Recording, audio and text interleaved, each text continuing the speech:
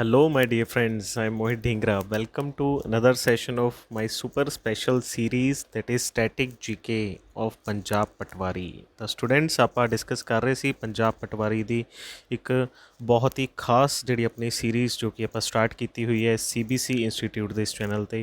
ਮੈਂ ਹਾਂ ਮੋਹਿਤ ਢੀਂਗਰਾ। ਤਾਂ ਅੱਜ ਆਪਾਂ ਡਿਸਕਸ ਕਰਾਂਗੇ ਇਹਦਾ ਪਾਰਟ 18। ਇਸ ਤੋਂ ਪਹਿਲਾਂ ਆਪਾਂ ਪਾਰਟ 17 ਤੱਕ ਡਿਸਕਸ ਕਰ ਚੁੱਕੇ ਹਾਂ, ਜਿਹਦੇ ਵਿੱਚ ਆਪਾਂ ਬਹੁਤ ਸਾਰੇ ਇੰਪੋਰਟੈਂਟ ਕੁਐਸਚਨਸ ਜੋ ਕਿ ਰੈਲੇਵੈਂਟ ਹੈ ਪੰਜਾਬ ਪਟਵਾਰੀ ਲਈ ਜਾਂ ਅਦਰ ਐਗਜ਼ਾਮਸ ਲਈ ਉਹਨੂੰ ਆਪਾਂ ਡਿਸਕਸ ਕਰ ਰਹੇ ਹਾਂ ਹੈ ਨਾ। ਤਾਂ ਅੱਜ ਦੀ ਸੀਰੀਜ਼ ਦੇ ਵਿੱਚ ਵੀ ਆਪਾਂ ਇੰਪੋਰਟੈਂਟ ਕੁਐਸਚਨਸ ਨੂੰ ਡਿਸਕਸ ਕਰਾਂਗੇ, ਨਾਲ ਨਾਲ ਆਪਣੀ ਰਿਵੀਜ਼ਨ ਵੀ ਹੁੰਦੀ ਰਹੂਗੀ ਹੈ ਨਾ। ਤਾਂ ਜੋ ਵੀ ਆਪਾਂ ਪਿਛਲੀ ਸੀਰੀਜ਼ ਦੇ ਵਿੱਚ ਪੜ੍ਹਿਆ, ਅੱਜ ਆਪਾਂ ਅਗਲੀ ਸੀਰੀਜ਼ ਦੇ ਵਿੱਚ ਕੀ ਹੁੰਦਾ ਉਹਨਾਂ ਚੀਜ਼ਾਂ ਨੂੰ ਤੁਸੀਂ ਨਾਲ ਨਾਲ ਰਿਵਾਈਜ਼ ਵੀ ਕਰਦੇ ਹੋ ਹੈ ਨਾ। ਅਤੇ ਨਾਲ ਆਪਾਂ ਇੱਕ ਕਰੰਟ ਅਫੇਅਰ ਦੀ ਡੋਜ਼ ਨੂੰ ਵੀ ਲੈ ਕੇ ਚੱਲਦੇ ਹਾਂ ਹੈ ਨਾ। ਸਟੈਟਿਕ ਦੇ ਨਾਲ ਨਾਲ ਕਰੰਟ ਅਫੇਅਰ ਵੀ ਕਾਫੀ ਜ਼ਿਆਦਾ ਇੰਪੋਰਟੈਂਟ ਹੈ ਆਪਾਂ ਨੂੰ, ਤਾਂ ਉਹ ਵੀ ਚੀਜ਼ਾਂ ਮੈਂ ਤੁਹਾਨੂੰ ਨਾਲ ਨਾਲ ਦੱਸਦਾ ਰਹਿੰਦਾ। ਤਾਂ ਅੱਜ ਦੀ ਸੀਰੀਜ਼ ਦੇ ਵਿੱਚ ਵੀ ਆਪਾਂ ਇਹਨਾਂ ਚੀਜ਼ਾਂ ਨੂੰ ਕੰਟੀਨਿਊ ਕਰਾਂਗੇ। ਤਾਂ ਸਟਾਰਟ ਕਰਦੇ ਹਾਂ ਅੱਜ ਦਾ ਆਪਣਾ first question. Today is 9th of July। ਅੱਜ ਕੋਈ ਸਪੈਸ਼ਲ ਡੇ ਤਾਂ ਨਹੀਂ ਹੈ, ਤਾਂ ਆਪਾਂ ਕੋਈ ਵੀ ਖਾਸ ਡੇ ਨੂੰ ਡਿਸਕਸ ਨਹੀਂ ਕਰਾਂਗੇ। ਤਾਂ ਸਿੱਧਾ ਚੱਲਦੇ ਹਾਂ ਜੀ ਅੱਜ ਦੇ ਆਪਣੇ ਫਸਟ ਕੁਐਸਚਨ 'ਤੇ। ਫਸਟ ਕੁਐਸਚਨ ਹੈ ਸਾਕ ਵਾਜ਼ ਫਾਊਂਡਡ ਇਨ। ਦੇਖੋ ਸਾਕ ਕੀ ਹੈ, ਆਪਾਂ ਨੂੰ ਕੁਐਸਚਨ ਆਉਂਦਾ ਹੈੱਡਕੁਆਟਰਸ ਤੋਂ। ਤਾਂ ਸਾਕ ਇੱਕ ਇੰਪੋਰਟੈਂਟ ਏਜੰਸੀ ਹੈ, ਇੱਕ ਇੰਪੋਰਟੈਂਟ ਆਰਗੇਨਾਈਜੇਸ਼ਨ ਹੈ। ਫੁੱਲ ਫॉर्म ਆਪਾਂ ਇਹਦੀ ਯਾਦ ਕੀਤੀ ਸੀ, South Asian Association for Regional Cooperation. South Asian Association for Regional Cooperation. ਤਾਂ ਬਹੁਤ ਹੀ ਇੰਪੋਰਟੈਂਟ ਆਰਗੇਨਾਈਜੇਸ਼ਨ ਹੈ, ਜਿਹੜੀ ਵੀ ਸਾਊਥ ਏਸ਼ੀਅਨ ਕੰਟਰੀਜ਼ ਹੈ ਉਹਨਾਂ ਦੀ ਇਹ ਆਰਗੇਨਾਈਜੇਸ਼ਨ ਹੈ ਸਾਕ। ਤਾਂ ਸਾਕ ਦੇ ਆਪਾਂ ਨੂੰ ਦੇਖੋ ਹੈੱਡਕੁਆਟਰ ਨਹੀਂ ਪੁੱਛਿਆ, ਜੇ ਆਪਾਂ ਨੂੰ ਹੈੱਡਕੁਆਟਰ ਪੁੱਛਣਗੇ ਤਾਂ ਹੈੱਡਕੁਆਟਰ ਤਾਂ ਹੈ ਇਹਦੇ ਕਾਠਮਾਂਡੂ ਨੇਪਾਲ ਦੇ ਵਿੱਚ। ਇਹ ਆਪਣੀ ਰਿਵੀਜ਼ਨ ਪਰਪਸ ਲਈ ਆਪਾਂ ਪਿੱਛੇ ਵੀ ਇਹਨੂੰ ਪੜ੍ਹ ਕੇ ਆਏ ਸੀ, ਕਾਠਮਾਂਡੂ ਨੇਪਾਲ ਦੇ ਵਿੱਚ, ਠੀਕ ਹੈ। ਬਟ ਆਪਾਂ ਨੂੰ ਇਹ ਪੁੱਛੇ ਵੀ ਫਾਊਂਡ ਕਿੱਥੇ ਹੋਈ ਸੀ, ਇਹਦੀ ਸਥਾਪਨਾ ਕਿੱਥੇ ਹੋਈ ਸੀ, ਅਤੇ ਇਹਦਾ ਸੈਕਿੰਡ ਆਪਸ਼ਨ ਕਰੈਕਟ ਆਨਸਰ ਹੈ ਢਾਕਾ। ਢਾਕਾ ਦੇ ਵਿੱਚ ਇਹਦੀ ਫਾਊਂਡੇਸ਼ਨ ਹੋਈ ਸੀ। ਕਦੋਂ ਹੋਈ ਸੀ ਜੀ? 1985 ਦੇ ਵਿੱਚ। ਆਪਾਂ ਇਹ ਵੀ ਯਾਦ ਰੱਖਣਾ, ਢਾਕਾ ਦੇ ਵਿੱਚ ਇਹਦੀ 1985 ਦੇ ਵਿੱਚ ਫਾਊਂਡੇਸ਼ਨ ਹੋਈ ਸੀ, ਠੀਕ ਹੈ। ਕਾਫੀ ਇੰਪੋਰਟੈਂਟ ਹੈ। ਅਤੇ ਢਾਕਾ ਕਿਹਦੀ ਕੈਪੀਟਲ ਹੈ? Dhaka is the capital of Bangladesh. Bangladesh the capital ਹੈ, ਠੀਕ ਹੈ। ਐਂਡ ਬੰਗਲਾਦੇਸ਼ ਦੀ ਆਪਾਂ ਕਰੰਸੀ ਵੀ ਯਾਦ ਰੱਖਣੀ ਹੈ, ਕਰੰਸੀ ਹੈ ਬੰਗਲਾਦੇਸ਼ ਦੀ ਟੱਕਾ। ਤਾਂ ਬਹੁਤ ਈਜ਼ੀ ਹੈ, ਦੇਖੋ ਯਾਦ ਰੱਖਣਾ, ਕੈਪੀਟਲ ਢਾਕਾ, ਕਰੰਸੀ ਟੱਕਾ, ਠੀਕ ਹੈ। Capital Dhaka and currency taka. ਤਾਂ ਇੰਪੋਰਟੈਂਟ ਹੈ। ਹੈੱਡਕੁਆਟਰ ਪੁੱਛਣਗੇ ਤਾਂ ਆਪਾਂ ਕਹਾਂਗੇ ਜੀ ਕਾਠਮਾਂਡੂ ਨੇਪਾਲ। ਅਤੇ ਫਾਊਂਡ ਕਿੱਥੇ ਹੋਈ ਸੀ? ਢਾਕਾ ਦੇ ਵਿੱਚ 1985 ਦੇ ਵਿੱਚ, ਸਾਊਥ ਏਸ਼ੀਅਨ ਕੰਟਰੀਜ਼ ਦਾ ਹੈ ਨਾ। ਉਸ ਤੋਂ ਇਲਾਵਾ ਬਾਕੀ ਆਪਸ਼ਨਸ ਨੂੰ ਡਿਸਕਸ ਕਰਦੇ ਆਪਣਾ ਇਹ ਰਿਵਾਜ਼ ਹੀ ਹੈ ਹੈ ਨਾ। ਤਾਂ new Delhi is the capital of India and new Delhi ਕਿਹਦੇ ਕਿਨਾਰੇ? ਯਮੁਨਾ ਦੇ ਕਿਨਾਰੇ। ਆਪਾਂ ਨੂੰ ਇਹ ਕੁਐਸਚਨ ਆ ਸਕਦਾ ਹੈ। ਜਨੇਵਾ ਦੇ ਵਿੱਚ ਆਪਾਂ ਬਹੁਤ ਸਾਰੇ ਹੈੱਡਕੁਆਟਰ ਯਾਦ ਕੀਤੇ ਸੀ, ਲਾਈਕ WHO ਹੋ ਗਿਆ, ਵਰਲਡ ਟ੍ਰੇਡ ਆਰਗੇਨਾਈਜੇਸ਼ਨ ਹੋ ਗਿਆ, ILO ਹੋ ਗਿਆ, ਇੰਟਰਨੈਸ਼ਨਲ ਲੇਬਰ ਆਰਗੇਨਾਈਜੇਸ਼ਨ। ਇਹ ਮੇਨ ਜਿਹੜੇ ਹੈ ਮੈਂ ਤੁਹਾਨੂੰ ਵੈਸੇ ਤਾਂ ਬਹੁਤ ਸਾਰੇ ਹੈ, ਮੇਨ ਮੈਂ ਤੁਹਾਨੂੰ ਦੱਸ ਰਿਹਾ। ਜਨੇਵਾ ਸਵਿਟਜ਼ਰਲੈਂਡ ਦੇ ਵਿੱਚ ਹੈ ਨਾ। ਅਤੇ ਐਂਡ ਥਿੰਪੂ, ਵੈਰੀ ਇੰਪੋਰਟੈਂਟ। ਥਿੰਪੂ ਦੇਖੋ ਪਹਿਲੀ ਵਾਰ ਆਈ ਹੈ ਆਪਣੀ ਸੀਰੀਜ਼ ਦੇ ਵਿੱਚ ਹੈ ਨਾ। ਤਾਂ ਥਿੰਪੂ ਨੂੰ ਡਿਸਕਸ ਕਰਦੇ ਹਾਂ। Thimphu is the capital of Bhutan. ਤਾਂ ਇੰਡੀਆ ਦੀ ਪੜੋਸੀ ਕੰਟਰੀ ਹੈ ਭੂਟਾਨ, ਤਾਂ ਭੂਟਾਨ ਦੀ ਕੈਪੀਟਲ ਹੈ ਥਿੰਪੂ, ਵੈਰੀ ਇੰਪੋਰਟੈਂਟ। ਐਂਡ ਭੂਟਾਨ ਤੇ ਦੇਖੋ ਪੜੋਸੀ ਕੰਟਰੀ ਹੈ, ਤਾਂ ਜ਼ਰੂਰ ਆਪਾਂ ਪੜੋਸੀਆਂ ਨੂੰ ਜ਼ਰੂਰ ਯਾਦ ਰੱਖਣਾ ਹੈ ਨਾ। ਤਾਂ ਭੂਟਾਨ ਨੂੰ ਹੋਰ ਕੀ ਕਿਹਾ ਜਾਂਦਾ ਹੈ? It is also known as land of thunderbolts. Land of thunderbolts ਬੋਲਿਆ ਜਾਂਦਾ ਹੈ Bhutan, very important. And Bhutan ਦੀ ਕਰੰਸੀ ਵੀ ਯਾਦ ਰੱਖ ਸਕਦੇ ਹੋ, ਕਰੰਸੀ ਹੈ ਭੂਟਾਨ ਦੀ ਗੁਲਟਰਮ। ਇਹਨੂੰ ਆਪਾਂ ਗੁਲਟਰਮ ਬੋਲਣਾ, ਗੁਲਟਰਮ। ਕਰੰਸੀ ਆਫ ਭੂਟਾਨ ਇਜ਼ ਗੁਲਟਰਮ, ਠੀਕ ਹੈ। ਨਾਲ ਨਾਲ ਇਹਨਾਂ ਚੀਜ਼ਾਂ ਨੂੰ ਜ਼ਰੂਰ ਲਿਖਦੇ ਰਹੋ। ਦੇਖੋ ਜਿਸ ਤਰੀਕੇ ਨਾਲ ਮੈਂ ਤੁਹਾਨੂੰ ਇਹ ਚੀਜ਼ਾਂ ਦੱਸ ਰਿਹਾ, ਜਿਸ ਤਰੀਕੇ ਨਾਲ ਤੁਸੀਂ ਵੀਡੀਓਜ਼ ਨੂੰ ਜੇ ਫੋਲੋ ਕਰ ਰਹੇ ਹੋ ਪ੍ਰੋਪਰ ਤਰੀਕੇ ਨਾਲ, ਤਾਂ ਜ਼ਰੂਰ ਤੁਹਾਨੂੰ ਐਗਜ਼ਾਮ ਦੇ ਵਿੱਚ ਕੁਐਸਚਨਸ ਦੇਖਣ ਨੂੰ ਮਿਲਣਗੇ ਹੈ ਨਾ। ਤਾਂ ਜਿਸ ਤਰੀਕੇ ਨਾਲ ਮੈਂ ਤੁਹਾਨੂੰ ਕਰਵਾ ਰਿਹਾ ਇਹਨਾਂ ਚੀਜ਼ਾਂ ਨੂੰ ਜ਼ਰੂਰ ਦੇਖਦੇ ਰਹੋ, ਵੀਡੀਓਜ਼ ਨੂੰ ਮੇਰੇ ਨਾਲ ਰਿਵਾਈਜ਼ ਵੀ ਕਰਦੇ ਰਹੋ ਹੈ ਨਾ। ਅਤੇ ਨਵੀਆਂ ਚੀਜ਼ਾਂ ਮੈਂ ਤੁਹਾਨੂੰ ਦੱਸ ਰਿਹਾ ਨੂੰ ਲਿਖਦੇ ਰਹੋ। ਸੈਕਿੰਡ ਹੈ ਕੁਐਸਚਨ, ਦਾ ਆਥਰ ਆਫ ਦਾ ਹਰਸ਼ਚਰਿਤਾ ਵਾਸ। ਦੇਖੋ ਹਰਸ਼ਚਰਿਤਾ ਕੀ ਹੈ, ਆਪਾਂ ਨੂੰ ਬੁੱਕ 'ਤੇ ਕੁਐਸਚਨ ਜ਼ਰੂਰ ਆਉਂਦਾ। ਹਰਸ਼ਚਰਿਤਾ ਇੱਕ ਬੁੱਕ ਦਾ ਨਾਮ ਹੈ। ਹਰਸ਼ਚਰਿਤਾ ਬੁੱਕ ਦਾ ਆਥਰ ਕੌਣ ਹੈ? ਇਹਦਾ ਆਨਸਰ ਹੈ ਜੀ ਇਹ ਆਪਸ਼ਨ, ਬਾਨ ਭੱਟ, ਵੈਰੀ ਇੰਪੋਰਟੈਂਟ। ਹੁਣ ਬਾਨ ਭੱਟ ਕੌਣ ਹੈ? ਬਾਨ ਭੱਟ ਇੱਕ ਕਵੀ ਸੀ, ਦਰਬਾਰੀ ਸੀ। ਕਵੀ ਕਿਹਦੀ ਕੋਰਟ ਦੇ ਵਿੱਚ ਸੀ? ਹਰਸ਼ਵਰਧਨ ਦੀ ਕੋਰਟ ਦੇ ਵਿੱਚ, ਹਰਸ਼ਵਰਧਨ। ਹੁਣ ਹਰਸ਼ਵਰਧਨ ਆਪਣੀ ਹਿਸਟਰੀ ਦੇ ਵਿੱਚ ਇੱਕ ਇੰਪੋਰਟੈਂਟ ਰਾਜਾ ਸੀ। ਕਿਹੜੇ ਵੰਸ਼ ਦਾ ਰਾਜਾ ਸੀ? ਉਸ ਵੰਸ਼ ਦਾ ਨਾਮ ਹੈ ਜੀ ਪੁਸ਼ਯਭੂਤੀ ਵੰਸ਼, ਠੀਕ ਹੈ। ਤਾਂ ਆਪਾਂ ਨੂੰ ਇਹ ਕੁਐਸਚਨ ਆ ਸਕਦਾ, ਪੁਸ਼ਯਭੂਤੀ ਵੰਸ਼ ਦਾ ਰਾਜਾ ਕੌਣ ਸੀ? Harshvardhan, very important. ਡਾਇਨੈਸਟੀਜ਼ ਆਪਾਂ ਯਾਦ ਰੱਖਣੀ ਹੈ। ਤਾਂ ਪੁਸ਼ਯਭੂਤੀ ਵੰਸ਼ ਦਾ ਜਿਹੜਾ ਟਾਈਮ ਪੀਰੀਅਡ ਰਿਹਾ ਸੀ, ਇਹ 606 ਤੋਂ ਲੈ ਕੇ 647 AD ਤੱਕ ਰਿਹਾ। ਤਾਂ ਕਾਫੀ ਇੰਪੋਰਟੈਂਟ ਡਾਇਨੈਸਟੀ ਹੈ ਪੁਸ਼ਯਭੂਤੀ ਵੰਸ਼, ਜਾਂ ਫਿਰ ਇਹਨੂੰ ਆਪਾਂ ਵਰਧਾਨ ਵੰਸ਼ ਵੀ ਕਹਿ ਸਕਦੇ ਹਾਂ, ਆਲਸੋ ਨੋਨ ਐਜ਼ ਵਰਧਾਨ ਡਾਇਨੈਸਟੀ, ਇਹਨੂੰ ਵਰਧਾਨ ਵੰਸ਼ ਵੀ ਕਹਿ ਸਕਦੇ, ਇਹ ਵੀ ਆਪਾਂ ਯਾਦ ਰੱਖਣਾ। ਤਾਂ ਉਹਦਾ ਇੱਕ ਦਰਬਾਰੀ ਸੀ, ਰਾਜਾ ਸੀ ਹਰਸ਼ਵਰਧਨ, ਅਤੇ ਉਹਦਾ ਦਰਬਾਰੀ ਸੀਗਾ ਬਾਨਭੱਟ। ਤਾਂ ਬਾਨਭੱਟ ਨੇ ਬੁੱਕ ਲਿਖੀ ਸੀ ਹਰਸ਼ਚਰਿਤਾ, ਮਤਲਬ ਹਰਸ਼ ਦੀ ਲਾਈਫ ਦੇ ਉੱਤੇ ਬੁੱਕ ਲਿਖੀ ਸੀ। ਤਾਂ ਬਾਨਭੱਟ ਦੀ ਆਪਾਂ ਇੱਕ ਹੋਰ ਬੁੱਕ ਵੀ ਯਾਦ ਰੱਖਣੀ ਹੈ, ਸੈਕਿੰਡ ਬੁੱਕ ਆਪਾਂ ਇਹਦੀ ਯਾਦ ਰੱਖਣੀ, ਉਹਦਾ ਨਾਮ ਹੈ ਕਾਦੰਬਰੀ। ਤਾਂ ਦੋ ਬੁੱਕਸ ਯਾਦ ਰੱਖਣੀਆਂ, ਫਸਟ ਹੈ ਹਰਸ਼ਚਰਿਤਾ, ਦੂਸਰੀ ਹੈ ਕਾਦੰਬਰੀ। ਅਤੇ ਦੋਨੋਂ ਬੁੱਕਸ ਨੂੰ ਕਿੰਨੇ ਲਿਖਿਆ? ਬਾਨਭੱਟ ਨੇ ਲਿਖਿਆ। ਠੀਕ ਹੈ, ਵੈਰੀ ਵੈਰੀ ਇੰਪੋਰਟੈਂਟ ਕੁਐਸਚਨ ਹੈ, ਕੁਐਸਚਨ ਜ਼ਰੂਰ ਐਗਜ਼ਾਮ 'ਚ ਆਉਂਦਾ। ਸੈਕਿੰਡ ਹੈ ਦੇਖੋ ਅਮਰਸਿਮਾ। ਅਮਰਸਿਮਾ ਕੌਣ ਹੈ? ਇਹ ਵੀ ਆਪਣੀ ਹਿਸਟਰੀ ਐਂਸ਼ੀਐਂਟ ਦੇ ਵਿੱਚ ਇੱਕ ਰਾਜਾ ਸੀ ਜਿਹਦਾ ਨਾਮ ਸੀ ਚੰਦਰਗੁਪਤ। ਚੰਦਰਗੁਪਤ ਦ੍ਰਿਤਿਆ ਆਪਾਂ ਕਹਿ ਸਕਦੇ ਹਾਂ, ਚੰਦਰਗੁਪਤ ਵਿਕਰਮਾਦਿੱਤਿਆ ਕਹਿ ਸਕਦੇ ਹਾਂ, ਚੰਦਰਗੁਪਤ ਸੈਕਿੰਡ ਕਹਿ ਸਕਦੇ ਹਾਂ। ਤਾਂ ਚੰਦਰਗੁਪਤ ਸੈਕਿੰਡ ਦੇ ਦਰਬਾਰ ਦੇ ਵਿੱਚ 9 ਰਤਨ ਹੁੰਦੇ ਸੀ, ਜਿਹਨੂੰ ਆਪਾਂ ਨਵਰਤਨ ਕਹਿੰਦੇ ਹਾਂ। ਤਾਂ ਨਵਰਤਨਸ ਦੇ ਵਿੱਚੋਂ ਇੱਕ ਨਵਰਤਨ ਹੁੰਦਾ ਸੀ ਅਮਰਸਿਮਾ। ਤਾਂ ਇੰਪੋਰਟੈਂਟ ਹੈ ਅਮਰਸਿਮਾ। ਅਮਰਸਿਮਾ ਨੇ ਜਿਹੜੀ ਬੁੱਕ ਲਿਖੀ ਉਹਦਾ ਨਾਮ ਹੈ ਜੀ ਅਮਰਕੋਸ਼। ਤਾਂ ਆਪਾਂ ਯਾਦ ਰੱਖਣਾ। ਦੇਖੋ ਔਥਰ 'ਤੇ ਆਪਾਂ ਨੂੰ ਇਹੀ ਕੁਐਸਚਨ ਆਊਗਾ ਵੀ ਕਿਹੜੇ ਔਥਰ ਨੇ, ਕਿਹੜੇ ਕਵੀ ਨੇ, ਦਰਬਾਰੀ ਨੇ ਕਿਹੜੀ ਬੁੱਕ ਲਿਖੀ। ਤਾਂ ਇਹ ਕੁਐਸਚਨ ਪੁੱਛੇ ਜਾਂਦੇ ਆ। ਅਮਰਕੋਸ਼ ਬੁੱਕ ਕਿਹਨੇ ਲਿਖੀ? ਅਮਰਸਿਮਾ। ਕਾਲੀਦਾਸ, ਦੇਖੋ ਕਾਲੀਦਾਸ ਬਾਰੇ ਤਾਂ ਆਪਾਂ ਬਹੁਤ ਵਾਰੀ ਡਿਸਕਸ ਕੀਤਾ ਹੈ। ਕਾਲੀਦਾਸ 'ਤੇ ਪਹਿਲਾ ਕੁਐਸਚਨ ਇਹ ਆਊਗਾ, Kalidas is also known as Shakespeare of India. ਇਹਨੂੰ ਇੰਡੀਆ ਦਾ ਸ਼ੇਕਸਪੀਅਰ ਵੀ ਕਿਹਾ ਜਾਂਦਾ। ਠੀਕ ਹੈ, ਬੁੱਕਸ ਮੈਂ ਤੁਹਾਨੂੰ ਫਟਾਫਟ ਸ਼ਾਰਟਕਟ ਦੱਸ ਦੇਣਾ। ਬਹੁਤ ਵਾਰੀ ਆਪਾਂ ਇਹਨਾਂ ਦੀ ਬੁੱਕਸ ਪਿਛਲੀ ਸੀਰੀਜ਼ ਦੇ ਵਿੱਚ ਡਿਸਕਸ ਕਰਕੇ ਆਏ ਹਾਂ। ਫਸਟ ਆਪਾਂ ਕੀਤੀ ਸੀ ਮੇਘਦੂਤ, ਕੁਮਾਰ ਸੰਭਵ, ਅਭਿਗਿਆਨ ਸ਼ਕੁੰਤਲਮ, ਮਾਲਵਿਕਾਗਨੀ ਮਿੱਤਰਮ, ਰਿਤੂ ਸੰਹਾਰ। ਠੀਕ ਹੈ, ਤਾਂ ਇਹਨਾਂ ਦੀ ਤੁਸੀਂ ਪਿਛਲੀ ਸੀਰੀਜ਼ ਜਿਨ੍ਹਾਂ ਨੇ ਨਹੀਂ ਦੇਖੀ ਉਹਨੂੰ ਜ਼ਰੂਰ ਦੇਖ ਲਓ। ਅਤੇ ਇਹਦੇ ਵਿੱਚ ਆਪਾਂ 5 ਬੁੱਕਸ ਨੂੰ ਡਿਸਕਸ ਕੀਤਾ ਸੀ, ਕਾਫੀ ਇੰਪੋਰਟੈਂਟ ਬੁੱਕਸ ਹੈ, ਰਿਟਨ ਬਾਈ ਕਾਲੀਦਾਸ। ਨੈਕਸਟ ਹੈ ਜੀ ਹਰੀ ਸੇਨ। ਹਰੀ ਸੇਨ ਕੌਣ ਸੀ? ਇਹ ਵੀ ਆਪਣੀ ਹਿਸਟਰੀ ਦੇ ਵਿੱਚ ਇੱਕ ਰਾਜਾ ਜਿਹਦਾ ਨਾਮ ਹੈ ਜੀ ਸਮੁੰਦਰਗੁਪਤ। ਤਾਂ ਸਮੁੰਦਰਗੁਪਤ ਗੁਪਤ ਵੰਸ਼ ਦੇ ਇੰਪੋਰਟੈਂਟ ਰਾਜਾ, ਸਮੁੰਦਰਗੁਪਤ ਦੇ ਨਾਲ ਬੇਸਡ ਸੀਗੇ ਹਰੀ ਸੇਨ, ਉਹਦੇ ਦਰਬਾਰੀ ਸੀ। ਇਹਨਾਂ ਦੀ ਜਿਹੜੀ ਫੇਮਸ ਬੁੱਕ ਹੈ ਇਹ ਬਹੁਤ ਜ਼ਿਆਦਾ ਇੰਪੋਰਟੈਂਟ ਹੈ। ਇਹਨਾਂ ਨੇ ਜਿਹੜੀ ਬੁੱਕ ਲਿਖੀ ਉਹਦਾ ਨਾਮ ਹੈ Prayag Prashasti. Very very important, Prayag Prashasti. ਇਹ ਬੁੱਕ ਵੀ ਬਹੁਤ ਵਾਰ ਐਗਜ਼ਾਮ 'ਚ ਪੁੱਛੀ ਜਾਂਦੀ ਹੈ। ਸਿਰਾ ਅਤੇ ਮੋਸਟ ਇੰਪੋਰਟੈਂਟ ਕੁਐਸਚਨ ਬਣਦਾ ਐਗਜ਼ਾਮ 'ਚ ਪ੍ਰਯਾਗ ਪ੍ਰਸ਼ਸਤੀ। ਠੀਕ ਹੈ, ਜ਼ਰੂਰ ਇਹਨੂੰ ਯਾਦ ਰੱਖਣਾ। ਠੀਕ ਹੈ, ਦੇਖੋ ਇਹ ਸਾਰੀ ਇੰਪੋਰਟੈਂਟ ਬੁੱਕਸ ਹੈ, ਜ਼ਰੂਰ ਯਾਦ ਰੱਖਣੀਆਂ ਸਾਰੀਆਂ ਜੋ ਮੈਂ ਤੁਹਾਨੂੰ ਦੱਸ ਰਿਹਾ, ਵੈਰੀ ਵੈਰੀ ਇੰਪੋਰਟੈਂਟ ਹੈ। ਚੱਲਦੇ ਜੀ ਥਰਡ ਕੁਐਸਚਨ 'ਤੇ। Which one of the following is the name of Nobel prize winning Indian. ਇਹਨਾਂ ਦੇ ਵਿੱਚੋਂ ਕਿਹੜੇ ਉਹ ਇੰਡੀਅਨ ਹੈ ਜਿਨ੍ਹਾਂ ਨੂੰ ਨੋਬਲ ਪ੍ਰਾਈਜ਼ ਵੀ ਮਿਲ ਚੁੱਕਿਆ? ਠੀਕ ਹੈ, ਤਾਂ ਇਹ ਵੀ ਆਪਾਂ ਡਿਸਕਸ ਕੀਤਾ ਕੁਐਸਚਨ। ਡੌਗ ਇਹਦਾ ਕਰੈਕਟ ਆਨਸਰ ਹੈ। ਠੀਕ ਹੈ, CV ਰਮਨ। ਤਾਂ CV ਰਮਨ ਕੌਣ ਸੀ? CV ਰਮਨ 'ਤੇ ਕੁਐਸਚਨ ਆਉਂਦਾ, he was the first Indian to win Nobel prize in physics. ਤਾਂ ਫਿਜ਼ਿਕਸ ਦੇ ਵਿੱਚ ਇਹਨਾਂ ਨੂੰ ਨੋਬਲ ਪ੍ਰਾਈਜ਼ ਮਿਲਿਆ ਸੀ, ਪਹਿਲੇ ਭਾਰਤੀ ਸੀ ਜਿਨ੍ਹਾਂ ਨੂੰ ਨੋਬਲ ਪ੍ਰਾਈਜ਼ ਮਿਲਿਆ ਫਿਜ਼ਿਕਸ ਦੇ ਵਿੱਚ। ਤਾਂ ਬਹੁਤ ਵੱਡੀ ਗੱਲ ਸੀ ਇਹਨਾਂ ਲਈ। ਇਸ ਤੋਂ ਬਾਅਦ ਇਹ ਪੂਰਾ ਮਤਲਬ ਇੱਕ ਤਰ੍ਹਾਂ ਦੇ ਰੋਲ ਮਾਡਲ ਬਣੇ ਬਾਕੀ ਇੰਡੀਅਨਸ ਲਈ ਵੀ, ਹੈ ਨਾ, ਅੱਗੇ ਦੇ ਅੱਗੇ ਫਿਰ ਕਾਫੀ ਇੰਡੀਅਨਸ ਨੂੰ ਮਿਲੇ ਇੱਦਾਂ। ਤਾਂ ਇੰਪੋਰਟੈਂਟ ਹੈ CV ਰਮਨ। ਅਤੇ ਇਹਨਾਂ ਦੀ ਯਾਦ ਦੇ ਵਿੱਚ ਨੈਸ਼ਨਲ ਸਾਇੰਸ ਡੇ ਵੀ ਮਨਾਇਆ ਜਾਂਦਾ ਹੈ। CV ਰਮਨ ਦੀ ਅੱਜ ਕਿਹੜਾ ਡੇ ਮਨਾਇਆ ਜਾਂਦਾ ਹੈ? National science day. Very important. ਅਤੇ ਸਾਇੰਸ ਡੇ ਕਦੋਂ ਹੁੰਦਾ ਹੈ? 28 ਆਫ ਫੈਬਰਰੀ, 28 ਫੈਬਰਰੀ ਨੂੰ ਮਨਾਇਆ ਜਾਂਦਾ। ਠੀਕ ਹੈ, ਯਾਦ ਰੱਖਣਾ, ਇੰਪੋਰਟੈਂਟ ਹੈ। ਬਾਕੀ ਆਪਸ਼ਨਸ ਨੂੰ ਡਿਸਕਸ ਕਰਦੇ ਹਾਂ। ਫਸਟ ਆਪਸ਼ਨ ਹੈ Vikram Sarabhai. Very important question ਹੋਊਗਾ। Vikram Sarabhai is also known as father of Indian space programme. Father of Indian space programme ਕਿਹਨੂੰ ਕਹਿੰਦੇ ਆ? ਵਿਕਰਮ ਸਾਰਾਭਾਈ। Very important. ਚਲਦੇ ਹਾਂ ਨੈਕਸਟ ਆਪਸ਼ਨ 'ਤੇ। APJ ਅਬਦੁਲ ਕਲਾਮ। ਇਹ ਕੌਣ ਸੀ? ਇਹਨਾਂ 'ਤੇ ਕੁਐਸਚਨ ਆਊਗਾ। He is the first scientist president of India. India ਦੇ ਪਹਿਲੇ ਸਾਇੰਟਿਸਟ ਪ੍ਰੈਜ਼ੀਡੈਂਟ, ਕਾਫੀ ਫੇਮਸ, ਕਾਫੀ ਲੋਕਪ੍ਰਿਯ ਇੰਡੀਆ ਦੇ ਵਿੱਚ ਰਹੇ ਇਹ। ਅਤੇ ਕਾਫੀ ਜ਼ਿਆਦਾ ਇਹਨਾਂ ਦੇ ਵਰਕਸ, ਇਹਨਾਂ ਦੇ ਕੰਮ ਨੂੰ ਅੱਜ ਵੀ ਯਾਦ ਕੀਤਾ ਜਾਂਦਾ ਹੈ, ਕਾਫੀ ਜ਼ਿਆਦਾ ਇੰਪੋਰਟੈਂਟ ਹੈ।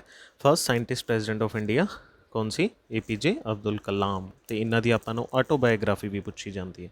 ਆਟੋਬਾਇਓਗ੍ਰਾਫੀ ਦਾ ਨਾਮ ਹੈ wings of fire. Wings of fire, ਇਹ ਕਾਫੀ ਜ਼ਿਆਦਾ ਪੁੱਛੀ ਜਾਂਦੀ ਹੈ ਇਹਨਾਂ ਦੀ ਆਟੋਬਾਇਓਗ੍ਰਾਫੀ। ਠੀਕ ਹੈ, ਯਾਦ ਰੱਖਣੀ ਹੈ, ਮੋਸਟ ਇੰਪੋਰਟੈਂਟ ਕੁਐਸਚਨ। ਇਸ ਤੋਂ ਇਲਾਵਾ ਇਹਨਾਂ ਦੀ ਇੱਕ ਬੁੱਕ ਵੀ ਪੁੱਛੀ ਜਾਂਦੀ ਹੈ, ਇਗਨਾਈਟਿਡ ਮਾਈਂਡਸ। ਇਗਨਾਈਟਿਡ ਮਾਈਂਡਸ, ਤਾਂ ਦੋ ਯਾਦ ਰੱਖਣੀ ਹੈ। ਵਿੰਗਸ ਆਫ ਫਾਇਰ ਤਾਂ ਇਹਨਾਂ ਦੀ ਆਟੋਬਾਇਓਗ੍ਰਾਫੀ ਹੈ। ਇਗਨਾਈਟਿਡ ਮਾਈਂਡ ਬੁੱਕ ਨੂੰ ਕਿੰਨੇ ਲਿਖਿਆ? APJ ਅਬਦੁਲ ਕਲਾਮ। ਤਾਂ ਇੱਦਾਂ ਕੁਐਸਚਨ ਬਣ ਸਕਦਾ। ਦੇਖੋ, ਇੱਕ ਤਾਂ ਆਪਾਂ ਨੂੰ ਕੁਐਸਚਨ ਬਣ ਸਕਦਾ ਵੀ ਇਹਨਾਂ ਦੀ ਆਟੋਬਾਇਓਗ੍ਰਾਫੀ ਜੋ ਇਹਨਾਂ ਦੀ ਆਤਮ ਕਥਾ ਸੀ। ਦੂਸਰਾ, ਇਹਨਾਂ ਵੱਲੋਂ ਲਿਖੀ ਗਈ ਕਿਸੇ ਬੁੱਕ ਦਾ ਨਾਮ, ਹੈ ਨਾ। ਤਾਂ ਇਗਨਾਈਟਿਡ ਮਾਈਂਡ ਤਾਂ ਇਹਨਾਂ ਨੇ ਬੁੱਕ ਲਿਖੀ, ਹੈ ਨਾ। ਇੱਦਾਂ ਹੋਰ ਵੀ ਬੁੱਕਸ ਇੰਪੋਰਟੈਂਟ ਹੈ, ਮੈਂ ਨਾਲ ਨਾਲ ਤੁਹਾਨੂੰ ਦੱਸਦਾ ਰਹੂੰਗਾ। ਅਤੇ ਬਾਇਓਗ੍ਰਾਫੀ ਕਿਹੜੀ ਹੈ? Wings of fire. ਚਲਦੇ ਜੀ ਨੈਕਸਟ ਕੁਐਸਚਨ 'ਤੇ। What is the duration in minutes of 1/2 of A football match? ਤਾਂ ਫੁੱਟਬਾਲ ਮੈਚਿਸ ਆਪਾਂ ਨੋਰਮਲੀ ਦੇਖਦੇ ਹਾਂ, ਹੈ ਨਾ। ਕ੍ਰਿਕਟ ਮੈਚਿਸ ਨੂੰ ਵੈਸੇ ਇੰਡੀਆ 'ਚ ਜ਼ਿਆਦਾ ਦੇਖਿਆ ਜਾਂਦਾ ਹੈ, ਪਰ ਫੁੱਟਬਾਲ ਮੈਚਿਸ ਜਿਹੜੇ ਹੁੰਦੇ ਨੇ ਹੈ ਨਾ, ਅੱਜ ਕੱਲ੍ਹ ਇਹਦਾ ਵੀ ਕਰੇਜ਼ ਕਾਫੀ ਇੰਡੀਆ 'ਚ ਵੱਧ ਰਿਹਾ। ਤਾਂ ਫੁੱਟਬਾਲ ਦਾ ਮੈਚ ਜਿਹੜਾ ਹੁੰਦਾ ਉਹਦੀ ਮਿੰਟ ਦੇ ਵਿੱਚ ਆਪਾਂ ਡਿਊਰੇਸ਼ਨ ਦੱਸਣੀ ਹੈ, ਪਰ ਉਹ 1/2 ਦੱਸਣੀ ਹੈ। ਮਤਲਬ ਆਪਾਂ ਇਹ ਨਹੀਂ ਦੱਸਣਾ ਵੀ ਟੋਟਲ ਕਿੰਨੇ ਦੇਰ ਦਾ ਹੁੰਦਾ ਫੁੱਟਬਾਲ ਮੈਚ। ਜੇ ਟੋਟਲ ਆਊਗਾ ਤਾਂ ਆਪਣਾ ਆਨਸਰ ਹੋਊਗਾ 90 ਮਿੰਟਸ, ਪਰ ਜੇ 90 ਦਾ ਆਪਾਂ 1/2 ਕਰ ਦਾਂਗੇ ਤਾਂ 45 ਮਿੰਟ ਤੇ 2 ਹਾਫਸ ਦੇ ਵਿੱਚ ਮੈਚ ਖੇਲਿਆ ਜਾਂਦਾ। ਤਾਂ ਆਪਣਾ 4th ਆਪਸ਼ਨ ਕਰੈਕਟ ਆਨਸਰ ਹੋ ਜਾਊਗਾ 45 minutes. Very very important.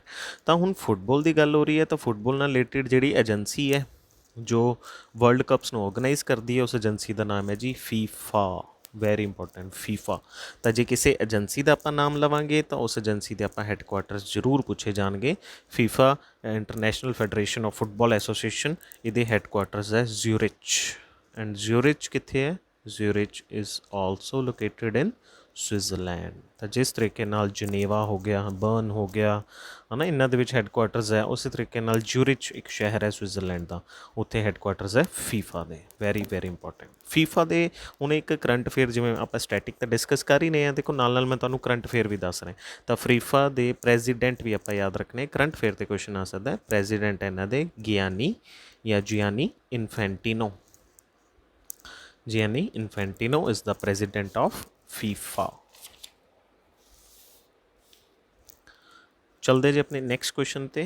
5th question है courier service comes under which sector. तो जी कुरीयर सर्विस है, कुरीयर्स वगैरह आप करते हैं ना, वो सर्विस किहड़े सैक्टर के अंदर आती है? तो इकोनॉमिक्स का क्वेश्चन है। देखो इकोनॉमिक्स का क्वेश्चन है, तो इकोनॉमिक्स के जिहड़े सैक्टर है उन्होंने 3 पार्ट्स में आप डिवाइड कर सकते हैं। फस्ट है primary, then secondary and tertiary. तो प्राइमरी सैक्टर वो सैक्टर होंदा है, जिवें कि फस्ट ऑप्शन है प्राइमरी सैक्टर वो सैक्टर है जिहदे विच रॉ मटीरीअल्स नूं कहा जाता है, कच्चा माल तैयार किया जाता है ना। जिवें कि आपां जंगलां दे विच गए, आपां जंगल दे विचों लक्कड़ कट के। तो सैकेंडरी सैक्टर दे विच की हुंदा है, जिहड़ा प्राइमरी सैक्टर तो माल आंदा है उहदे तो चीज़ां बनाईयां जांदियां। जिवें जंगल चों आपां लक्कड़ कट्टी, लेकिन उहदी टेबल हो गई, चेयर्स हो गई, वो कित्थे बनाईयां जांदियां? सैकेंडरी सैक्टर दे विच। ठीक है। लेकिन टर्शरी जिहड़ा सैक्टर है वो सारा सर्विस सैक्टर है। तो टर्शरी सैक्टर नूं सर्विस सैक्टर भी बोलिया जांदा।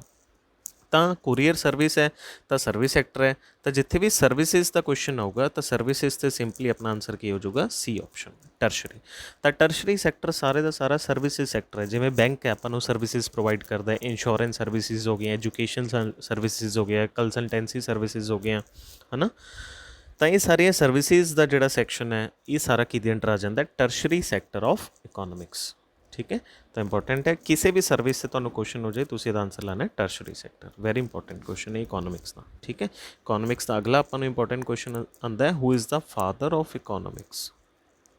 इकोनॉमिक्स के फादर किहनूं कहा जाता है? इहदा आंसर है Adam Smith. Very very important. Adam Smith is known as father of economics. तो इन्हां दी आपां नूं बुक पूछी जाती है, एडम स्मिथ ने किहड़ी बुक लिखी सी? बुक का नाम है the wealth of Nations. Very important book, the wealth of Nations. ये बुक बहुत बार एग्जाम च पूछी गई है। देखो इंपॉर्टेंट चीज़ें मैं तुहानूं दस रहा नाल जरूर इन्हूं नोट कर लो, ये क्वेश्चन तुहानूं जरूर एग्जाम दे विच देखण नूं मिलणगे। 6th क्वेश्चन है, when was Association of South East Asian Nations established? ASEAN. तो फिर एक एजेंसी तो क्वेश्चन है, हैडकुआटर तो क्वेश्चन है, या फिर इंपॉर्टेंट ऑर्गेनाइजेशन तो क्वेश्चन है। एसियान, एसियान की फुल फॉर्म जिवें कि इत्थे लिखी हुई है, association of South East Asian Nations. कदों इस्टैबलिश हुई सी? ये ऑप्शन का करैक्ट आंसर है वेरी इंपॉर्टेंट 1967 ਦੇ ਵਿੱਚ। ठीक है। होर आपां नूं इस तो की क्वेश्चन बन सकते हैं, मैं भी तुहानूं नाल दसदा रहूँगा, नाल जो आपां नूं इस तो होर क्वेश्चन बनते हैं। जिवें कि अगला क्वेश्चन आपां नूं ये बनूगा भी एसियान दे विच टोटल मैंबरस किन्ने। देखो पहली चीज़ तो फुल फॉर्म याद रखनी है। सैकेंड चीज़, कोई भी एजेंसी कदों इस्टैबलिश हुई, है ना, कुछ मेन जी ज़्यादा पूछी जाती है। तीसरी चीज़, एसियान के टोटल मैंबरस। कई बार आपां नूं टोटल मैंबरस से क्वेश्चन आ जाता है, पर आपां इहदे टोटल मैंबर सारे याद नहीं रखने, है ना। कईयां ते याद भी रखने होंदे, जिवें कि सार्क दे हो गए, आपां याद कीते सी टोटल 8 मैंबरस हैं, है ना। पर ये सारे याद रखने की लोड़ नहीं है, 11 मैंबरस किहड़े है। हाँ इन्ना जरूर आप याद रख सकते हैं भी दसो आपां नूं क्वेश्चन ये आ सकता भी इंडिया का मैंबर है कि नहीं। देखो मैं तुहानूं वो चीज़ां दस रहा जो निचोड़ है सारियां, है ना, भी तुहानूं इत्थों ही सारियां चीज़ां एग्जाम दे विच देखण नूं मिल जाण। तो इंडिया का मैंबर नहीं है, सिंपली तुसीं याद रखना है भी इंडिया का मैंबर नहीं। ठीक है। उस तो बाद तुहानूं ये क्वेश्चन आ सकता है भी इहदे हैडकुआटर्स दसो। तो हैडकुआटर्स है इहदे जकार्ता। जकार्ता। एंड जकार्ता कित्थे है? जकार्ता सब तो वड्डा शहर है किदा? किहड़ी कंट्री का? कंट्री का नाम है इंडोनेशिया। तो जकार्ता इंडोनेशिया का शहर। हाँ जे आपां नूं इंडोनेशिया की कैपिटल पूछ लैन ਤਾਂ ਇੰਡੋਨੇਸ਼ੀਆ ਤੇ ਆਪਾਂ ਨੂੰ ਕੀ ਕੁਐਸਚਨ ਆ ਸਕਦਾ ਹੈ, ਇੰਡੋਨੇਸ਼ੀਆ ਦੀ ਕੈਪੀਟਲ ਹੈ ਈਸਟ ਕਾਲੀਮੰਤਾਨ। ਇਹ ਰੀਸੈਂਟਲੀ ਕਾਫੀ ਪੋਪੂਲਰ ਹੋਈ ਸੀ, ਈਸਟ ਕਾਲੀਮੰਤਾਨ ਚੇਂਜ ਹੋਈ ਸੀ, ਤਾਂ ਯਾਦ ਰੱਖਣਾ East Kalimantan is the capital of Indonesia. ਅਗਲਾ ਇੱਕ ਆਪਾਂ ਨੂੰ ਮੋਸਟ ਫੇਮਸ ਕੁਐਸਚਨ ਆਉਂਦਾ ਹੈ ਜਿਓਗ੍ਰਾਫੀ ਦੇ ਵਿੱਚ। ਕੁਐਸਚਨ ਕੀ ਹੈ, ਲਾਰਜੈਸਟ ਆਰਕੀਪੈਲੇਜ਼ੋ ਇਨ ਦਾ ਵਰਲਡ। ਦੁਨੀਆ ਦਾ ਸਭ ਤੋਂ ਵੱਡਾ ਆਰਕੀਪੈਲੇਜ਼ੋ ਕੀ ਹੈ? ਦੇਖੋ ਸਭ ਤੋਂ ਪਹਿਲਾਂ ਆਪਾਂ ਇਹ ਸਮਝਦੇ ਹਾਂ ਵਟ ਇਜ਼ ਆਰਕੀਪੈਲੇਜ਼ੋ। ਆਰਕੀਪੈਲੇਜ਼ੋ ਹੁੰਦੇ ਜੀ ਗਰੁੱਪ ਆਫ ਆਈਲੈਂਡਸ, ਟਾਪੂ ਹੋ ਗਏ, ਦਵੀਪ ਸਮੂਹ ਹੋ ਗਏ। ਦਵੀਪ ਜਿਹਨੂੰ ਆਪਾਂ ਸਮਝਦੇ, ਆਈਲੈਂਡ ਉਹ ਜਗ੍ਹਾ ਹੁੰਦੀ ਹੈ ਜੋ ਚਾਰੋਂ ਪਾਸੋਂ ਨਾਲ ਪਾਣੀ ਤੋਂ ਘਿਰੀ ਹੁੰਦੀ ਹੈ। ਤਾਂ ਜਿਹੜੇ ਬਹੁਤ ਸਾਰੇ ਆਈਲੈਂਡਸ ਦੇ ਗਰੁੱਪ ਨੂੰ ਆਰਕੀਪੈਲੇਜ਼ੋ ਬੋਲਿਆ ਜਾਂਦਾ ਹੈ। ਅਤੇ ਲਾਰਜੈਸਟ ਆਰਕੀਪੈਲੇਜ਼ੋ ਇਨ ਦਾ ਵਰਲਡ ਹੈ ਇੰਡੋਨੇਸ਼ੀਆ। ਵੈਰੀ ਇੰਪੋਰਟੈਂਟ ਕੁਐਸਚਨ, ਇਹ ਵੀ ਯਾਦ ਰੱਖਣਾ ਹੈ। ਇੰਡੋਨੇਸ਼ੀਆ, ਇੰਡੋਨੇਸ਼ੀਆ, ਠੀਕ ਹੈ, ਵੈਰੀ ਇੰਪੋਰਟੈਂਟ। ਕੈਪੀਟਲ ਹੋ ਜੂਗੀ ਈਸਟ ਕਾਲੀਮੰਤਾਨ। ਚਲਦੇ ਜੀ ਆਪਣੇ 7th ਕੁਐਸਚਨ 'ਤੇ। ਫਿਰ ਇੱਕ ਏਜੰਸੀ ਤੋਂ ਕੁਐਸਚਨ ਹੈ, ਯੂਨਾਈਟਿਡ ਨੇਸ਼ਨਸ ਆਰਗੇਨਾਈਜੇਸ਼ਨ, ਜਿਹਨੂੰ ਸਿੰਪਲੀ ਆਪਾਂ UNO ਬੋਲ ਦਿੰਦੇ ਹਾਂ। UNO ਦੀ ਸਥਾਪਨਾ ਕਦੋਂ ਹੋਈ ਸੀ? ਦੇਖੋ UNO ਕਿਉਂ ਬਣਾਈ ਗਈ ਸੀ? UNO ਤਾਂ ਬਣਾਈ ਗਈ ਸੀ ਤਾਂ ਕਿ ਫਿਊਚਰ ਦੇ ਵਿੱਚ ਵਰਲਡ ਵਾਰ ਨੂੰ ਰੋਕਿਆ ਜਾ ਸਕੇ। 2 ਵਰਲਡ ਵਾਰ ਹੋ ਚੁੱਕੇ ਸੀ, world war 1 and world war 2। World war 3 ਨਾ ਹੋਵੇ, ਹੈ ਨਾ, ਫਿਊਚਰ ਦੇ ਵਿੱਚ ਵਰਲਡ ਵਾਰ ਨਾ ਹੋਵੇ, ਪੀਸ ਸ਼ਾਂਤੀ ਬਣਾਏ ਰੱਖਣ ਦਾ ਕੰਮ ਕੌਣ ਕਰਦਾ? UNO ਕਰਦਾ ਹੈ। ਤਾਂ UNO ਦੀ ਸਥਾਪਨਾ ਹੋਈ ਸੀ। ਇਹ ਆਪਸ਼ਨ ਇਹਦਾ ਕਰੈਕਟ ਆਨਸਰ ਹੈ 24 ਅਕਤੂਬਰ 1945 ਦੇ ਵਿੱਚ। ਉਹਨਾਂ ਨੂੰ ਯਾਦ ਕਿਵੇਂ ਰੱਖਣਾ? ਥੋੜ੍ਹਾ ਮੈਂ ਤੁਹਾਨੂੰ ਤਰੀਕਾ ਦੱਸਦਾ ਯਾਦ ਕਰਨ ਦਾ। ਦੇਖੋ UNO ਲਿਖ ਲੈਂਦੇ ਹਾਂ ਸਭ ਤੋਂ ਪਹਿਲਾਂ। ਹੁਣ N ਤੋਂ ਆਪਾਂ 4 ਯਾਦ ਕਰ ਸਕਦੇ ਹਾਂ, ਕਿਉਂਕਿ ਦੇਖੋ 4 ਨੂੰ ਪਹਿਲੇ ਲਿਖਦੇ ਨਾ ਰੋਮਨ ਦੇ ਵਿੱਚ 4, ਤਾਂ 4 ਹੋ ਗਿਆ, ਠੀਕ ਹੈ, 4 ਲਿਖ ਲਿਆ। 4 ਦਾ ਹਾਫ ਕਰ ਦਿਓ, 4 ਦਾ ਹਾਫ ਕਿੰਨਾ ਹੁੰਦਾ ਜੀ? ਥੋੜਾ ਉੱਪਰ ਕਰਕੇ ਲਿਖਦੇ UNO, ਹੈ ਨਾ। N ਨੂੰ ਆਪਾਂ ਰੋਮਨ ਦੇ ਵਿੱਚ ਇੱਦਾਂ ਲਿਖਦੇ ਹਾਂ। 4 ਹੋ ਗਿਆ, 4 ਦਾ ਹਾਫ ਕਿੰਨਾ ਹੋ ਗਿਆ? 2, 24 ਬਣ ਗਿਆ, ਹੈ ਨਾ। 24 ਤੋਂ ਬਾਅਦ O ਤੋਂ ਆਪਾਂ ਯਾਦ ਰੱਖਣਾ ਅਕਤੂਬਰ, 24 ਅਕਤੂਬਰ। ਅਤੇ ਨਾਲ ਸਨ ਕਿਹੜਾ ਯਾਦ ਰੱਖਣਾ? 1945, 24 ਅਕਤੂਬਰ 1945 ਦੇ ਵਿੱਚ ਇਸਟੈਬਲਿਸ਼ ਹੋਈ ਸੀ UNO। ਅਤੇ UNO ਦੇ ਹੈੱਡਕੁਆਟਰ ਕਿੱਥੇ ਹੈ? ਹੈੱਡਕੁਆਟਰ ਇਹਦੇ ਨਿਊਯਾਰਕ ਕਿੱਥੇ? USA ਦੇ ਵਿੱਚ। ਅਗਲਾ ਆਪਾਂ ਨੂੰ ਕਰੰਟ ਅਫੇਅਰ ਦੇ ਵਿੱਚ ਕੁਐਸਚਨ ਆ ਸਕਦਾ ਹੈ ਵੀ ਦੱਸੋ ਇਹਦੇ ਸੈਕਟਰੀ ਜਨਰਲ ਕੌਣ ਹੈ? ਤਾਂ ਸੈਕਟਰੀ ਜਨਰਲ ਕਾਫੀ ਇੰਪੋਰਟੈਂਟ ਹੈ। ਇਹਨਾਂ ਦਾ ਨਾਮ ਹੈ Antonio Guterres. Antonio Guterres is the secretary general of UNO, very important. Antonio Guterres ਬਹੁਤ ਵਾਰੀ ਪੁੱਛਿਆ ਜਾਂਦਾ ਐਗਜ਼ਾਮ 'ਚ। ਅਤੇ ਟੋਟਲ ਮੈਂਬਰ ਆਪਾਂ ਨੂੰ ਪੁੱਛ ਸਕਦੇ ਵੀ ਕਿੰਨੇ ਹੈ? ਟੋਟਲ ਮੈਂਬਰਸ ਹੈ UNO ਦੇ ਵਿੱਚ 193। ਅਤੇ ਜੇ ਇੱਦਾਂ ਪੁੱਛ ਲੈਣ ਵੀ 193rd ਮੈਂਬਰ, ਯਾਨੀ ਕਿ ਬਿਲਕੁਲ ਲੇਟੈਸਟ, ਇਹ ਵੀ ਕੁਐਸਚਨ ਪੁੱਛਿਆ ਜਾਂਦਾ, ਬਿਲਕੁਲ ਲੇਟੈਸਟ ਜਾਂ ਬਿਲਕੁਲ ਲਾਸਟ ਮੈਂਬਰ ਕਿਹੜਾ ਬਣਿਆ ਸੀ? ਉਸ ਕੰਟਰੀ ਦਾ ਨਾਮ ਹੈ ਸਾਊਥ ਸੁਡਾਨ। ਤਾਂ ਆਪਾਂ ਸਾਰੀਆਂ ਤਾਂ ਯਾਦ ਨਹੀਂ ਰੱਖ ਸਕਦੇ, ਨਹੀਂ ਆਪਾਂ ਰੱਖਣੀ ਹੈ। ਸਾਊਥ ਸੁਡਾਨ ਦੀ ਕੈਪੀਟਲ ਹੈ ਜੂਬਾ। ਤਾਂ ਦੇਖੋ ਆਪਾਂ ਕਿਸੇ ਵੀ ਕੰਟਰੀ ਦਾ ਨਾਮ ਲੈਂਦੇ ਹਾਂ, ਕਿਸੇ ਵੀ ਸਟੇਟ ਦਾ ਨਾਮ ਲੈਂਦੇ ਹਾਂ, ਆਪਾਂ ਨੂੰ ਉਹਦੀ ਕੈਪੀਟਲ ਮੈਂ ਤੁਹਾਨੂੰ ਵਾਰ-ਵਾਰ ਬੋਲਦਾ ਤਾਂ ਕਿ ਤੁਸੀਂ ਉਹਨੂੰ ਮੇਰੇ ਨਾਲ ਹੀ ਵਾਰ-ਵਾਰ ਯਾਦ ਕਰ ਲਓ। ਤਾਂ ਸਾਊਥ ਸੁਡਾਨ ਜਿਵੇਂ ਮੈਂ ਬੋਲਿਆ ਦੀ ਕੈਪੀਟਲ ਹੈ ਜੂਬਾ। ਇਹ 193rd ਮੈਂਬਰ ਬਣੀ ਸੀ ਕਿਹਦਾ? UNO ਦਾ। ਤਾਂ ਟੋਟਲ ਮੈਂਬਰਸ ਇਨ UNO ਆਪਾਂ ਨੂੰ ਪੁੱਛਿਆ ਜਾਂਦਾ ਕਿੰਨੇ ਹੈ ਜੀ? 193। ਚਲਦੇ ਜੀ ਆਪਣੇ ਨੈਕਸਟ ਕੁਐਸਚਨ 'ਤੇ। ਨੈਕਸਟ ਕੁਐਸਚਨ ਕੀ ਹੈ ਆਪਣਾ? 8th question, the author of the book A Brief History of Time। then again book ਤੋਂ ਕੁਐਸਚਨ ਹੈ। ਦੇਖੋ ਬੁੱਕਸ 'ਤੇ ਕੁਐਸਚਨ ਇੱਕ ਜ਼ਰੂਰ ਪੁੱਛਿਆ ਜਾਂਦਾ ਹੈ ਹਿਸਟਰੀ ਦੀ। ਦੇਖੋ ਬਹੁਤ ਇੰਪੋਰਟੈਂਟ ਬੁੱਕਸ ਹੈ ਨਾ। ਤਾਂ A Brief History of Time, ਹੈ ਨਾ।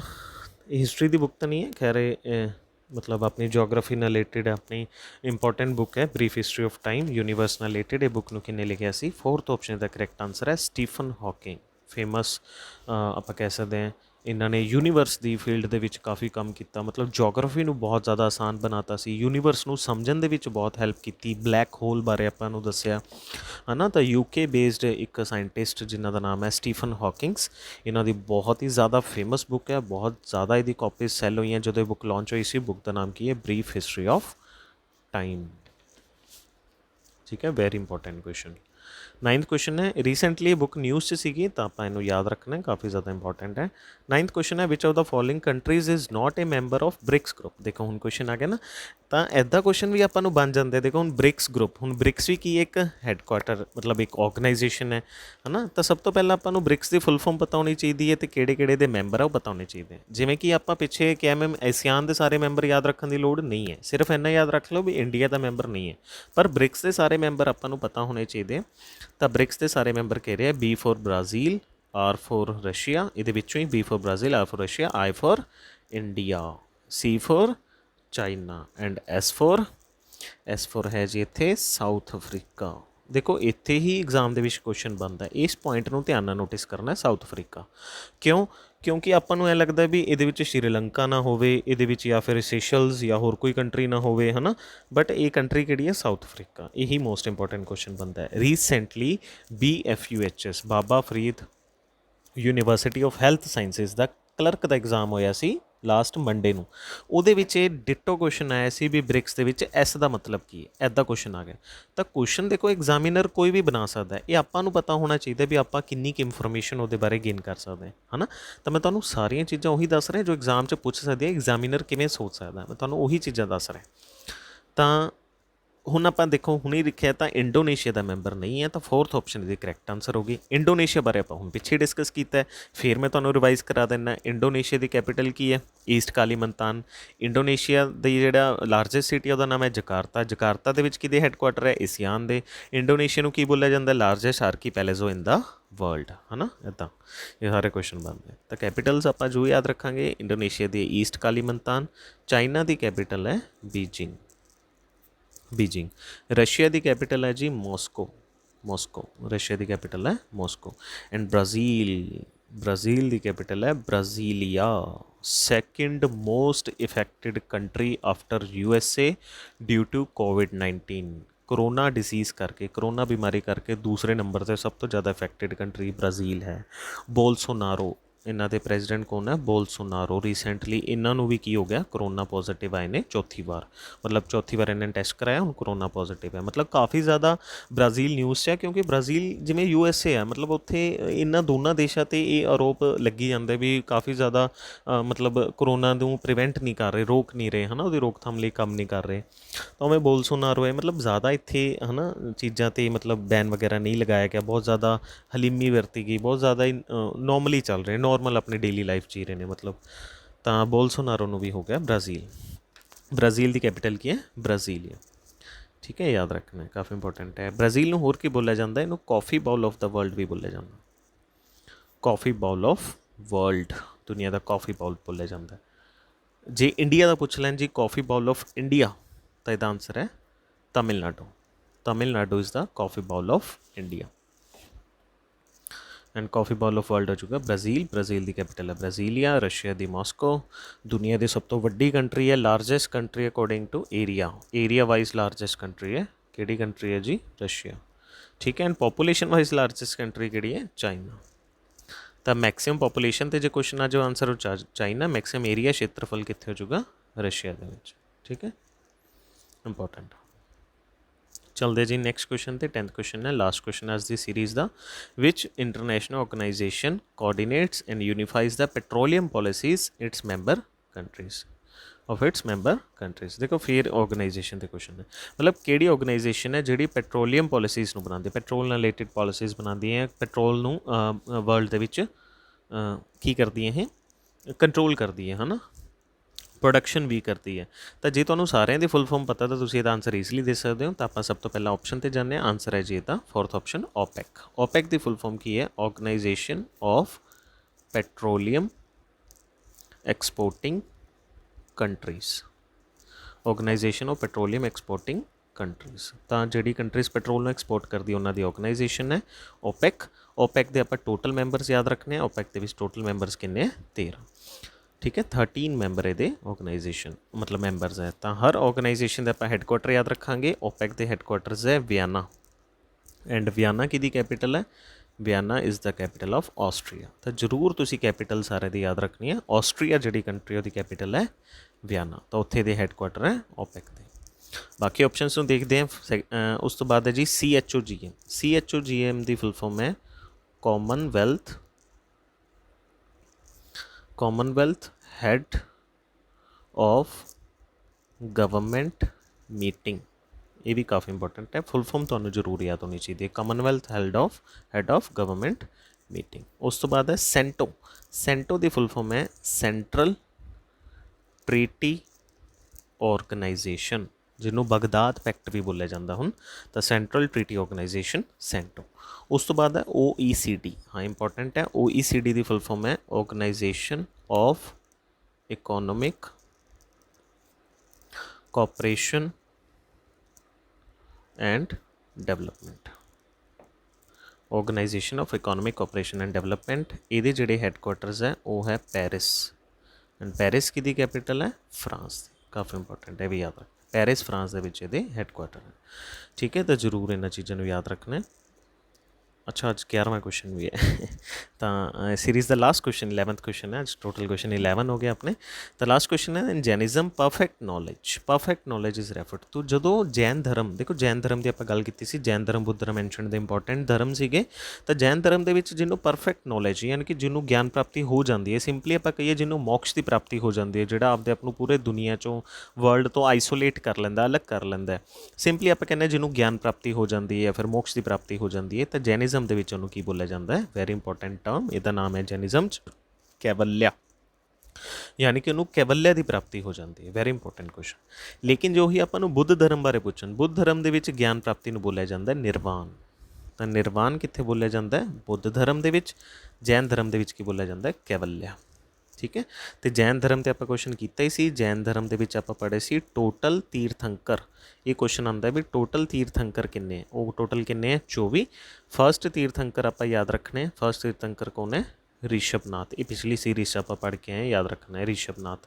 ਤੇ ਰੀਸੈਂਟਲੀ ਆਪਾਂ ਪਿਛਲੀ ਸੀਰੀਜ਼ ਕੁਐਸਚਨ ਪੜ੍ਹਿਆ ਸੀ ਵੀ largest statue of Jainism, Jain ਧਰਮ ਦਾ ਲਾਰਜੈਸਟ ਸਟੈਚੂ ਜੋ ਕਿ ਸਟੈਚੂ ਆਫ ਅਹਿੰਸਾ ਵੀ ਮੰਨਿਆ ਜਾਂਦਾ, ਉਹ ਕਿੱਥੇ ਹੈ? ਉਹ ਮਹਾਰਾਸ਼ਟਰ ਦੇ ਵਿੱਚ ਹੈ ਨਾ, ਮਹਾਰਾਸ਼ਟਰ ਦੇ ਵਿੱਚ ਹੈ ਸਟੈਚੂ ਆਫ ਅਹਿੰਸਾ, ਜੋ ਕਿ ਰਿਸ਼ਭਨਾਥ ਜੀ ਦਾ ਲਾਰਜੈਸਟ ਸਟੈਚੂ 108 ਫੀਟ ਲੰਬਾ ਜਿਹੜਾ ਸਟੈਚੂ ਹੈ ਆਪਾਂ ਯਾਦ ਕੀਤਾ ਸੀ। ਠੀਕ ਹੈ, ਤਾਂ ਪਿਛਲੀ ਸੀਰੀਜ਼ ਜੇ ਤੁਸੀਂ ਦੇਖੋਗੇ ਤਾਂ ਇਹ ਚੀਜ਼ਾਂ ਤੁਹਾਡੇ ਨਾਲ ਰਿਵਾਈਜ਼ ਹੋਣਗੀਆਂ। ਠੀਕ ਹੈ, ਤਾਂ ਇਹ ਸੀ ਅੱਜ ਦੇ ਆਪਣੇ ਬੈਸਟ ਕੁਐਸਚਨਸ ਜੋ ਸਟੈਟਿਕ ਜੀਕੇ ਦੇ ਆਪਾਂ ਡਿਸਕਸ ਕੀਤੇ। ਆਈ ਹੋਪ ਤੁਸੀਂ ਇਹਨਾਂ ਕੁਐਸਚਨਸ ਨੂੰ ਅੱਛੇ ਤਰੀਕੇ ਨਾਲ ਸਮਝ ਰਹੇ ਹੋ, ਹੈ ਨਾ।